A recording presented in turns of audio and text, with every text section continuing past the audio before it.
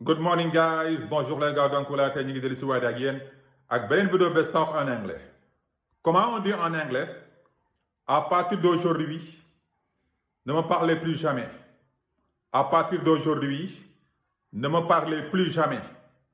À partir d'aujourd'hui, ne me parlez plus jamais. Si olof mooy bis ni ki tey bul waxati ak man. Bis ni ki tey bul waxati ak man. En anglais, on dit from now on, don't ever talk to me. From now on, don't ever talk to me. Moi en français, à partir d'aujourd'hui, ne me parlez plus jamais. À partir d'aujourd'hui, ne me parlez plus jamais. En wolof mooy bis ni ki tey bul waxati ak man. Bis ni ki tey bul waxati ak man. En anglais, from now on, don't ever talk to me.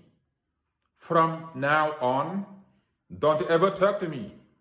Thank you guys. Ba beneen yoon ak yeneen vidéo. Abonnez, partagez, aimez et commentez les gars. Thank you.